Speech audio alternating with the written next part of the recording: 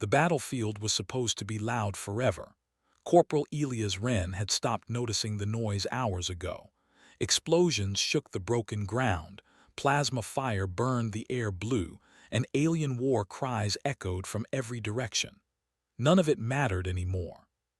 He was tired in a way that went deeper than his body. His armor was cracked, his rifle was overheating, and half the squad he had landed with was gone. He stayed on his feet because sitting down felt too close to giving up. The sky above the ruined plain was dark with smoke and drifting ash. Alien ships hung in the clouds like metal predators, calm and patient. Humanity's last defensive line had already failed in 3 places. This was not a battle meant to be won. It was meant to delay extinction. Elias fired another burst, not aiming carefully, just pushing the enemy back for a few more seconds. He did not shout. He did not pray. He had already accepted that this was likely the place where his story ended. Then the noise changed. At first he thought his hearing had finally broken. The distant thunder of orbital strikes faded. The sharp cracks of weapons slowed, then stopped. Even the enemy war cries died out as if someone had cut sound itself from the world. Elias lowered his rifle without realizing it. Across the battlefield, alien soldiers froze. Some knelt, some backed away. Others stood completely still, weapons lowered, their glowing armor dimming. It was not fear like panic. It was fear like respect. The air grew heavy. The clouds above began to part. Something massive descended from the sky, surrounded by a field of dark energy that bent the light around it. It was not a ship. It moved like a living thing, slow and deliberate, as if gravity itself obeyed it. Elias felt his heart pound hard against his ribs. He had seen many alien commanders before, but this was different. Every instinct in his body screamed that this thing was not just another enemy. The figure touched the ground without sound. She stood taller than any human, armored in layered plates that looked grown rather than built. Her armor carried no bright colors, only deep metallic black, marked with ancient symbols etched into the surface. A long blade rested at her side, its edge humming softly with restrained power. She did not raise her weapon. She simply looked around. Where her gaze passed, soldiers, human and alien alike, felt small. Elias realized he was staring and forced himself to breathe. Someone whispered over the comms, voice shaking, calling her a name pulled from half-believed intelligence reports and enemy myths. The Warrior Queen. The stories said that when she appeared, wars ended. Entire species vanished afterward, erased from history like mistakes. Elias had always assumed it was propaganda meant to scare humans into surrender. Now she was standing on the same broken ground as him. She began to walk. Her steps were slow, controlled, almost calm. She passed burning wreckage and fallen bodies without reacting. She did not look away from the dead, but she did not linger either. It was as if she were reading the battlefield, learning it. Elias realized with growing unease that she was moving toward the human line, toward him. His hands tightened on his rifle. Training told him to shoot. Survival told him it would not matter. Around him, the remaining human soldiers stood frozen, unsure whether this was a trick or a sentence. She stopped a few meters away. Up close, her presence was overwhelming. Her eyes glowed faintly, not with rage but with sharp intelligence. When she looked at Elias, it felt like being examined under a bright light. "You are still standing," she said. Her voice carried across the battlefield without effort, clear and calm, translated perfectly through every comm channel. Elias swallowed. He did not know why she was speaking to him, but he understood that silence was safer than defiance. "Yes," he said simply. She tilted her head slightly. "You are injured. Yes. You are outnumbered. Yes. You have no remaining strategic advantage." Elias hesitated, then nodded. "Yes." The Queen studied him for a long moment. Around them, thousands of soldiers waited, unmoving. "Then explain," she said, "why you continue to fight." Elias did not give a heroic answer. He did not speak about honor or destiny. He was too tired for that. "Because we're still here," he said. The queen's eyes narrowed, not in anger but in focus. She turned slowly, looking across the human defenders. Some leaned on broken weapons. Some bled through damaged armor. None retreated. "This conflict was calculated," she said, her voice rising so all could hear. "Your species was projected to break within the first phase. Morale collapse, command failure, surrender or extinction." She looked back at Elias. "You did none of these things." The alien soldiers shifted uneasily. This was not part of their doctrine. Humans were not supposed to last this long. Elias felt something strange stir in his chest. Not hope, not victory, just awareness. Something had changed. "You advanced," the Queen continued, "after losing orbital support. You fought after supply lines failed. You held positions after your leaders were dead." She gestured at the ruined battlefield. "You continued even when survival probability reached zero." Elias shrugged weakly. "That sounds about right." A ripple passed through the alien ranks. The Queen looked at him again, longer this time. "In every recorded war," she said, "species retreat when defeat becomes certain." Her gaze sharpened. "You do not." She raised one armored hand. "Cease fire," she commanded. Across the battlefield, every alien weapon powered down. Human commanders hesitated, then followed. The war, for the first time since it began, stopped completely. Elias let out a breath he had been holding for hours. The Queen stepped closer. "This war was meant to end with your removal from the galactic equation." She paused. "It will not." A murmur spread across every channel. Confusion, fear, disbelief. Elias looked up at her. "So, what now?" The Queen studied him, and for the first time something like uncertainty crossed her expression. "Now," she said, "the galaxy must reconsider you." She turned and addressed the skies, her voice carrying beyond the battlefield, beyond the planet itself. "Humanity has violated the expected limits of war," she declared.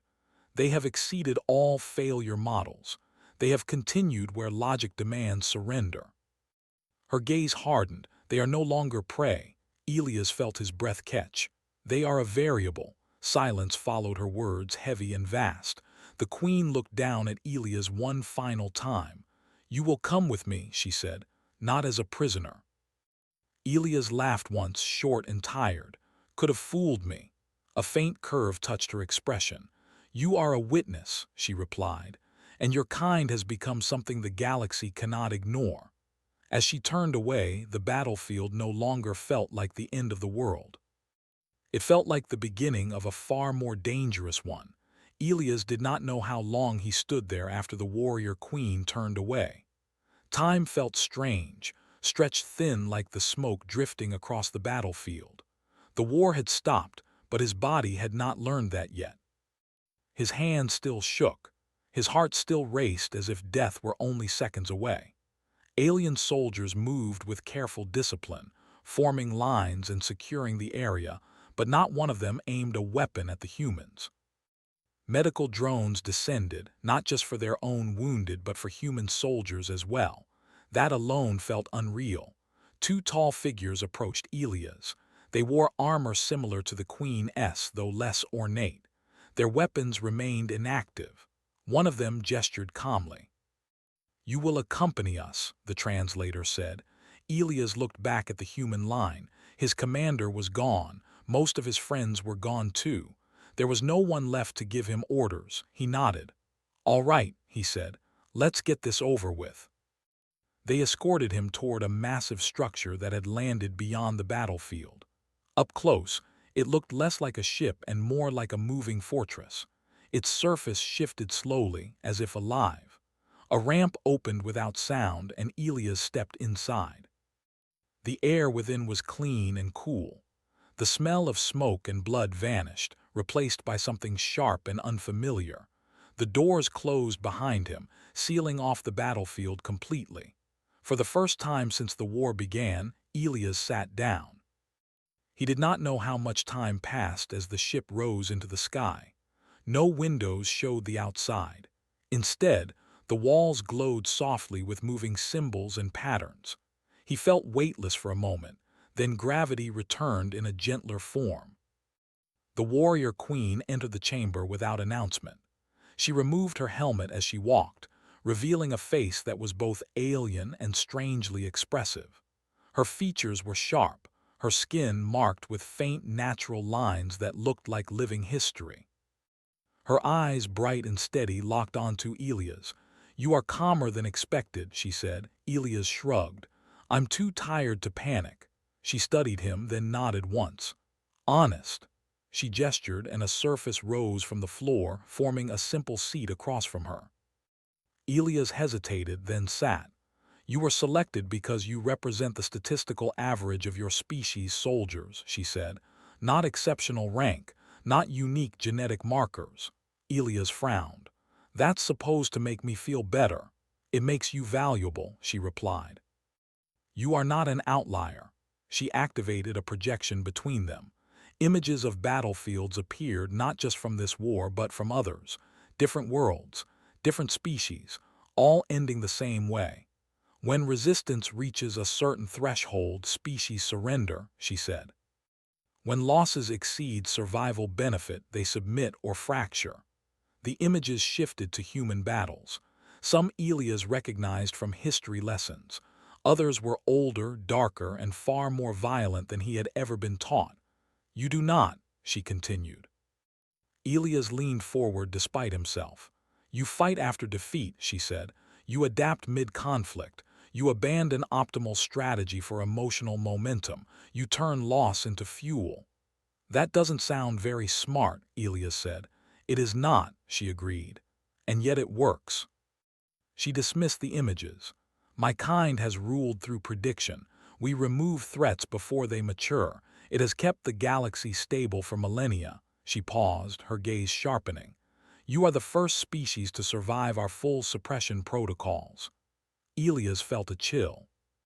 "So that's why you stopped the war?" "Yes. Because we scared you," the Queen considered the word. "Because you confused us." She stood and began to walk slowly around the chamber. "Your kind lacks the traits associated with galactic dominance. You are physically weaker than many. Your technology is inefficient. Your coordination is unstable." Elias snorted softly. "Thanks." "And yet," she said, turning back to him, "you endure." She stopped directly in front of him. "Why?" Elias opened his mouth, then closed it again. He searched for a simple answer and found only memories. Friends who joked under fire. Medics dragging wounded soldiers into cover. People standing up when they should have stayed down. "We don't really think about it," he said finally. "We just keep going." The Queen's eyes narrowed slightly. "That response appears often in your records." She returned to her seat. "Other species fight to win. You fight because stopping feels wrong." Elias shifted. "So what happens now?" The ship shuddered slightly as it jumped to faster-than-light travel. "Now," the Queen said, "the galaxy debates whether you should exist." That silence felt heavier than any battlefield. "You brought me here to decide that?" Elias asked.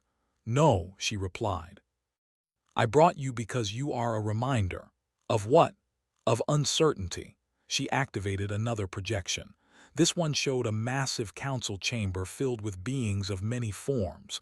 Voices overlapped in silent argument. "They fear you," she said.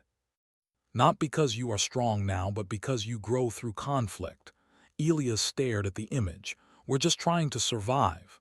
"Exactly," she said. "And you are very good at it." Days passed aboard the ship.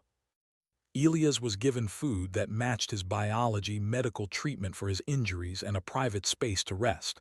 He was never restrained. No guards followed him closely. That unsettled him more than chains would have. The Queen spoke with him often. She asked about Earth, about human history, about wars fought for reasons that made no sense even to those who survived them. Elias answered simply, never trying to impress her. He told her about stubbornness, about fear turning into anger and anger into movement, about how humans rarely knew when they were supposed to give up. One cycle, she asked him a question that stopped him cold. "What would your species do," she asked, "if faced with a force you could never defeat?" Elias thought of the battlefield, of her standing there. "We'd try anyway," he said. She studied him for a long time. "That," she said quietly, "is the problem." The ship arrived at a massive station orbiting a dead star. The council gathered there, waited for her judgment.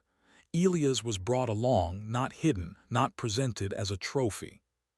He stood beside the warrior queen as the chamber filled with sound. Some demanded humanity's destruction. Others argued containment. A few suggested forced integration under strict control. The queen listened to all of them without expression. Finally, she raised her hand. "Humanity is not a threat because of what they are," she said. "They are a threat because of what they become under pressure." She gestured toward Elias. This one fought knowing he would lose, and still advanced. The chamber fell silent. "To destroy them now," she continued, "would be efficient." Elias felt his stomach tighten. "To spare them," she said, "is dangerous." She paused. "And yet," she said slowly, "the galaxy is stagnating, predictable, fragile." Her eyes swept the council. "Perhaps what we fear is what we need." Elias did not breathe. "I will decide," she concluded. "Not today." As they left the chamber, Elias realized the truth. The war was over, but the test had only begun. Elias stood alone near the wide observation wall of the station. Beyond the transparent barrier, the dead star burned dim and cold. Its light stretched thin across space. He had been here many cycles now, long enough for the fear to settle into something quieter, long enough to understand that his life no longer belonged only to him. The warrior queen had not spoken to him since the council session. That silence worried him more than any threat. Across the station, fleets gathered. Ships of many shapes and sizes arrived in careful formations. Some kept their distance from the Queen's flagship. Others moved closer, drawn by curiosity or fear. The galaxy was holding its breath. Elias rested his hands on the railing.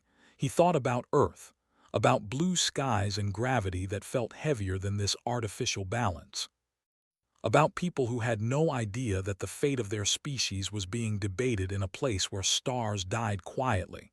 Footsteps sounded behind him. He did not turn. He already knew who it was. "The council is divided," the warrior queen said. "That doesn't sound good," Elias replied. "It is expected," she said. "They were divided before you existed." He finally turned to face her. She stood without armor this time, wearing simpler attire that marked her rank without intimidation. Without the weight of battle, she looked less like a weapon and more like a ruler burdened by time. "So," Elias said, "what's the verdict?" She did not answer right away. Instead, she moved to stand beside him, looking out at the dead star. "My people once believed we had solved war," she said. "We believed that by predicting outcomes we could prevent chaos." "And did it work?" Elias asked. "For a long time," she said. "Too long." She looked at him. Stability became decay, innovation slowed, courage faded.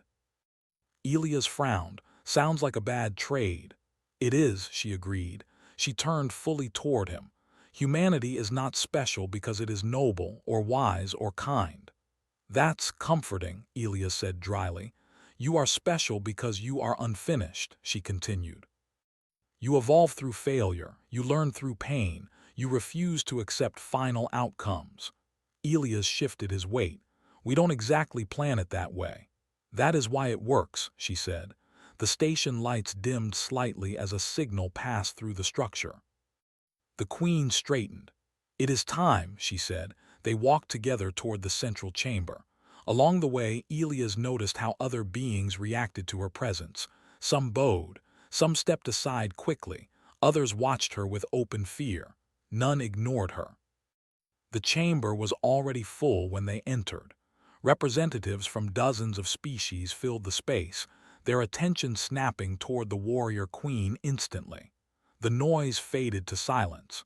She took her place at the center. "Millennia ago," she began, "this council entrusted my kind with the authority to end wars before they consumed the galaxy." She raised her hand slightly. That authority remains. A ripple of unease passed through the chamber. Humanity has been evaluated under every known model, she continued. They do not conform. They do not collapse when they should. They do not retreat when logic demands it. She gestured toward Elias. They endure. Elias felt every gaze fall on him. He did not bow. He did not raise his chin in defiance either. He simply stood. Some of you argue for extermination, the queen said.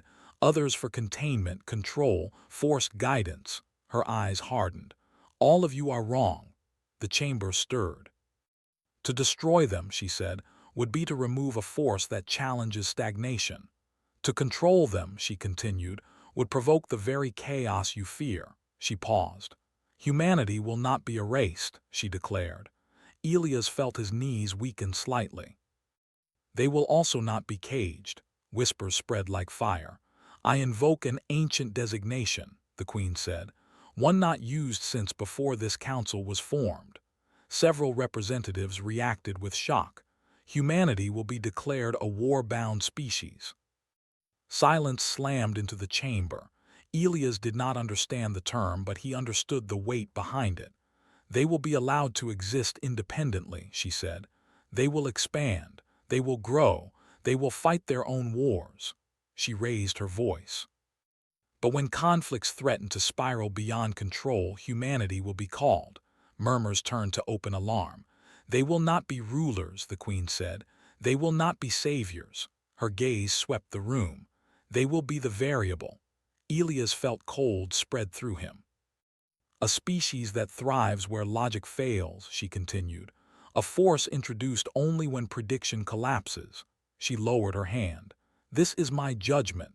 The chamber erupted. Arguments, protests, fear-filled accusations filled the air. Some shouted that it was madness. Others claimed it would doom them all. The queen stood unmoving until the noise burned itself out. Your fear proves my point, she said quietly. She turned and left the chamber. No one stopped her. Later, Elias sat alone in a small chamber overlooking the station's inner ring. The queen entered without ceremony. You have changed the future, she said. Elias laughed weakly. Feels like I just survived long enough to make things worse. You have given the galaxy uncertainty, she replied. It has forgotten how to adapt. He looked up at her. What happens to me now? You return home, she said. You will be released at the edge of your space. And the others, he asked. My people, they will be watched, she said honestly, and feared. Elias nodded slowly. That figures. She paused at the doorway. You fought without believing you could win, she said. Remember that. He met her gaze. I don't think we know how to fight any other way. For the first time, she smiled openly. The journey home felt shorter, though Elias knew it was. When he returned, the war was already over. Alien fleets had withdrawn. The skies above Earth were clear. Human leaders demanded answers he did not have. He told them only what mattered. They stopped, he said, not because we beat them, because they noticed us. Years passed. Humanity rebuilt, slowly at first. Then faster, technology advanced. Borders shifted. Conflicts flared and faded. And sometimes far beyond human space, wars stalled, when predictions failed, when empires reached deadlock. The galaxy whispered a single word: human. Elias grew older. He watched new soldiers train. He listened to children ask questions about the stars. He never told them about the dead star or the cold council chamber. But sometimes, late at night, he remembered the warrior queen standing on a battlefield that should have been his grave, and he understood. Humanity had not earned peace. They had earned relevance, and the galaxy would never be the same.